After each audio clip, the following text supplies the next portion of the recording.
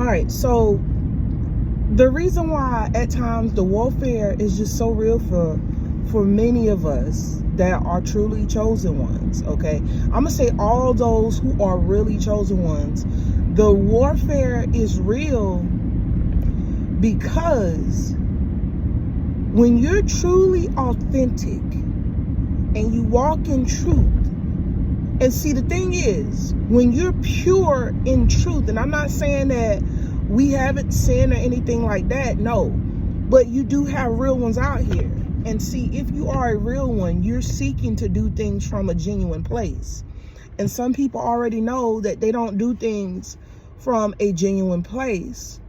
But once you embrace your identity in Christ, when you embrace your identity in God, that makes you way more powerful than someone who has not made peace with their creator.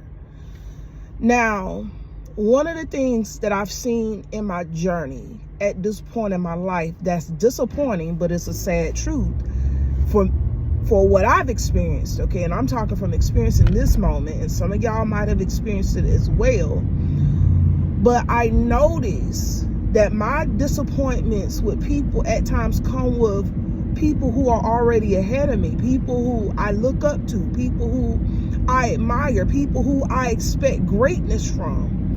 Those are the ones that, for me, and particularly, I've experienced this with women,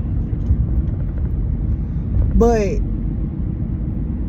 the ones that dog you out and they're older than you, there's something about their personas that is threatened by you. And sometimes people mistreat you because they are not used to coming across a person that comes to them with pure motives. So even though we fall sometimes as Christians, even though we have our own flaws as Christians, you can still step to people with pure motives, and even to what appear to be a strong person or a believer in the faith. And you still can deal with certain things that you deal with people, that you deal with people that's outside of the faith. Because again, all of us, we're prone to error at times. Again, it's about motives and intentions. And I want to let you know that even though it gets hard at times, because when we look at ourselves, we see all our flaws, and then when somebody come after you and they do things that you don't like, you genuinely don't have bad intentions for them, but now they're focused on you.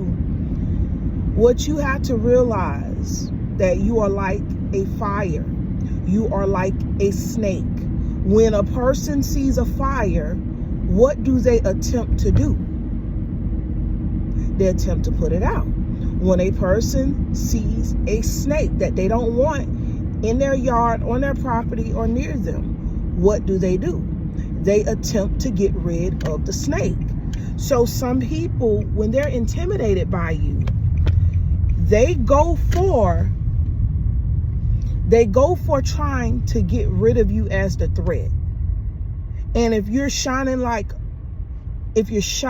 or you is dangerous as a fire, then of course they're trying to put you out. That's why sometimes you can be so good to people and all of a sudden they want to let you know something bad about yourself, and you don't even know where it's coming from. You didn't even have an argument or a fight, but they want to tell you about yourself. That's why we got to ponder our hearts, because if you find yourself always trying to pick someone or to tear someone down, then that might be something within you. If you're studying a person that much, especially if you haven't had beef or confrontation with that person.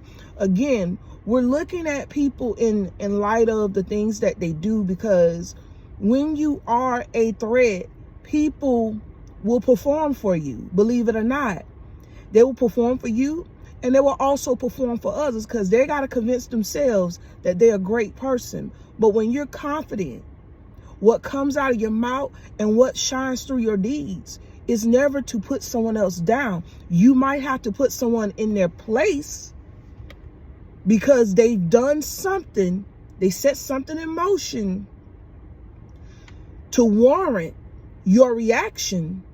But when you are doing what you're supposed to do, you have no ill intentions, you're operating in confidence. And then you also have to know when to hold them and when to fold them, because some people, they do little things just to get a reaction out of you, just to see if you're going to pay attention to them. Some people think about you way more than what you think about them. You might notice that they don't like you, they don't want you around them, they can't stand you, and then you just take it as, okay, whatever. I'm not even trying to go there. I know this person don't like me. I won't bother them. I'll stay out this space. But they'll also try to make sure that they get a dig in. They'll do that. They'll do it subtly. And when you notice it, when you notice that, okay, I don't bother this person, but this person trying to speak my name, this person's trying to allude to me. I know on my job, at times, I notice things like, if a person doesn't speak to me, and I'm open to be cordial, we don't have to ever be personal. We don't ever have to be personal, but I'm open to being cordial, and the person don't even want to be cordial with me. But at whatever seems like an opportunity, or when the person wants to allude to my name, and the way the person would say my name, it would be in a condescending way.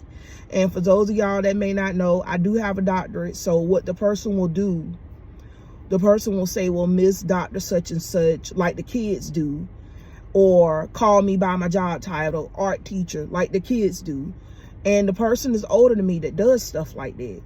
So what I do in those moments, I don't give a reaction. Why? Because I'm not the one that's seeking attention. I'm not the one that have anything or anybody to hate on. I'm not the one that has to do things for somebody to notice me. And my only thing is, my mindset when I go to work is simply do my job right, mind my business, stay in my lane, go home. I'm checking my bank account. It doesn't mean that I can't have fellowship with others, but you also got to assess your environment. But at times I notice that there are some that likes to do little things just so that you'll notice them, just so it'll offend you, just so it'll rub you the wrong way when they don't have to. I notice stuff like that. And the old me would try to go tit for tat. But when you put on Christ and you start seeing with the eyes of Christ, you don't do things the same way. You don't lower yourself to their level. You don't lower yourself to their standard. What you have to do is simply, when they do what they do, keep on doing what you're doing. Don't go tit for tat, because again, I told you the battle with me at times is not necessarily people my age, but it's normally people older than me that do things like that. And it saddens me, like I say, or grieves me, because I'm like, goodness, I'm supposed to look up to you all, or at least I expect to look up to you all. But this is what you do. And this is not just at work. This could be also in ministry affiliations. You got people, again, they do stuff to you that's unwarranted. They may come around you too. Another thing is too, you got to watch out for, because some people, they see your gift, they see the energy that you bring. And I'm not one person, I'm just going to make clear, for clarity purpose, when I say energy, I'm not talking about this whole religion of something else.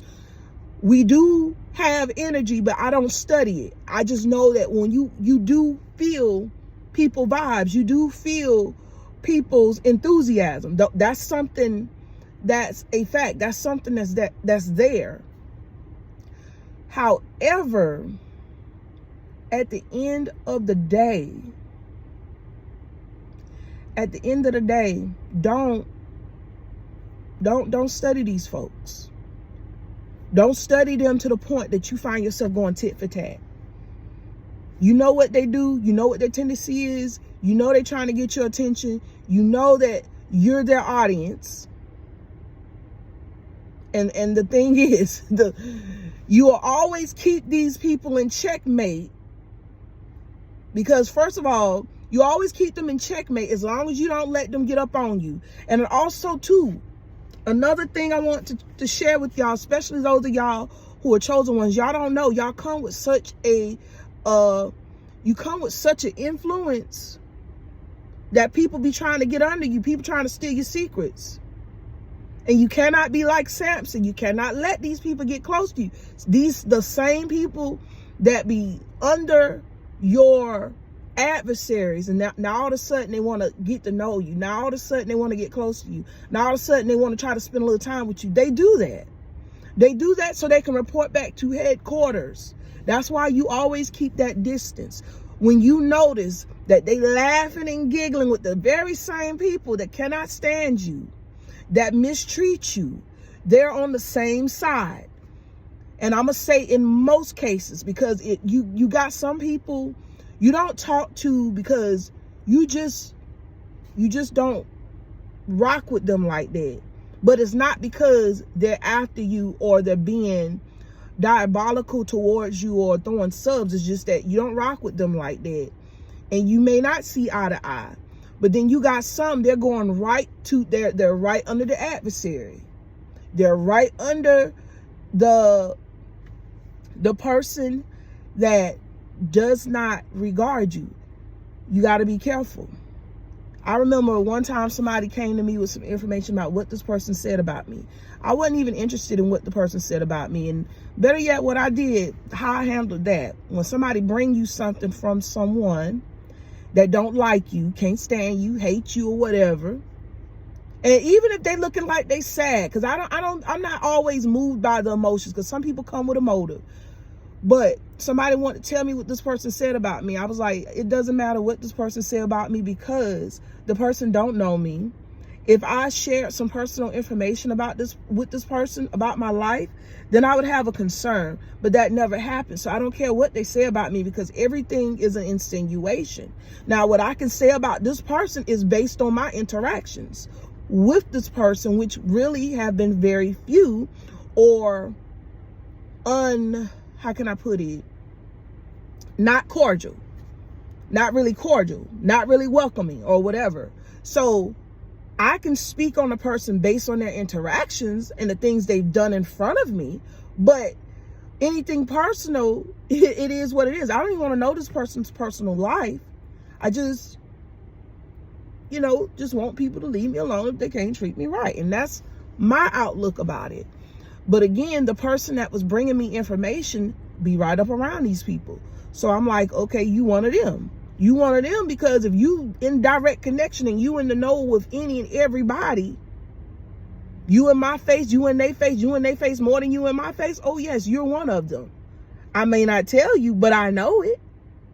And that's how you have to be. When you're a chosen one, be smart about it. Be smart. I know a lot of times we want friends. We want people to share our concerns with, our heart with, and not everybody that comes to you is interested. Not everybody that comes to you is worthy to know how you feel about stuff, how you feel about people, or certain people. Not everybody's credible for that. So it's always best to take your time with people and pay attention to those that like to bring you stuff that you would have never known if had they not opened their mouth. So again, you really do have to protect your character, protect your reputation. And I will say you can only go but so far, because sometimes, as long as you're genuine, some people are going to despise you regardless. And that's why you don't let people's thoughts and opinions get to you. You don't let people put you down and try to make you be somebody that you're not. Some people, they got to make you to be somebody that you're not. This villain in their story.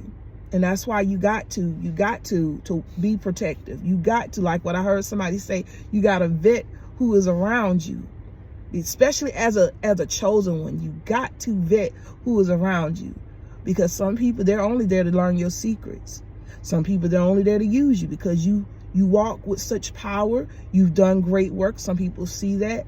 And now some people are leeching. And unfortunately, you got some people with impure motives that are in ministry that will do those things, as well as on your job and in other spaces. So just cover yourself with prayer.